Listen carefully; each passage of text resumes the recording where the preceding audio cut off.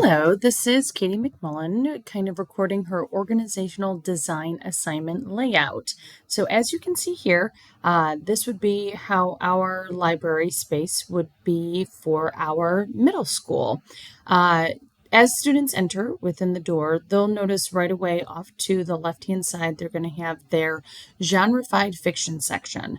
Now, within the first visit to the library, every single class will have a lesson on how the library is, of course, organized, and then we will walk through and talk to them about how on this first shelf there would be sports fiction as well as action adventure fiction, and then again signage would be provided kind of in between the various stacks as well around the library as to how every single genre has a particular color code.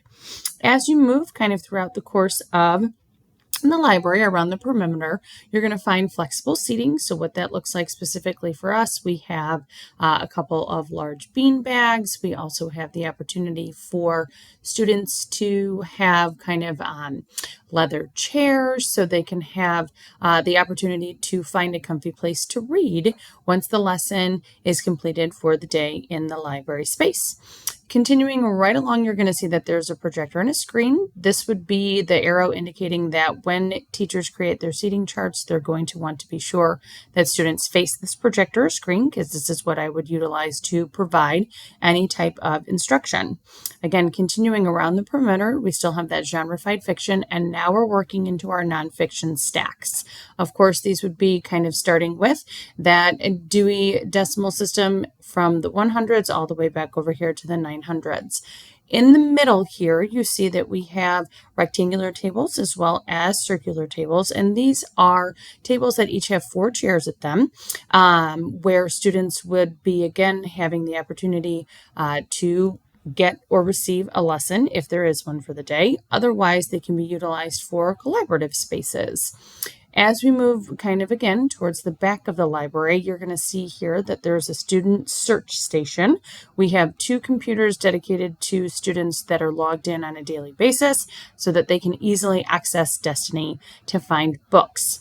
Additionally, right next to that, we have the STEM and puzzle tables. So things here you would find, there's always a puzzle out and available.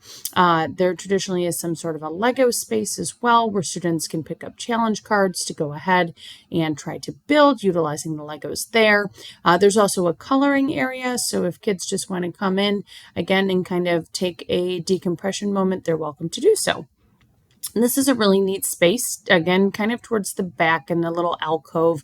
Our publications class, which is responsible for the yearbook as well as the video announcements that are done once a month, have the ability to utilize this green screen. So there is a space and a table back there for them to be able to do so. Up here, again, close by the door is going to be the circulation desk. Over here on the right-hand side of the circulation desk would be where students would drop off their books in the return bin. One thing I do wish that was a possibility, but based purely on how the desk itself is created, if I could, I would move the return bin over here to the left-hand side just so that kids could quickly drop in. I do like the idea, though, that since our circulation desk at school is kind of stationary and has been the same one for a period of time, I do like that the kids have to come around to turn in their books, because it gives me a chance to kind of talk to them and touch base and see if they're there to just return or if they're there to check something else out new. So again, overall, I think that this space does a nice job of kind of putting the focus again on the student space being in the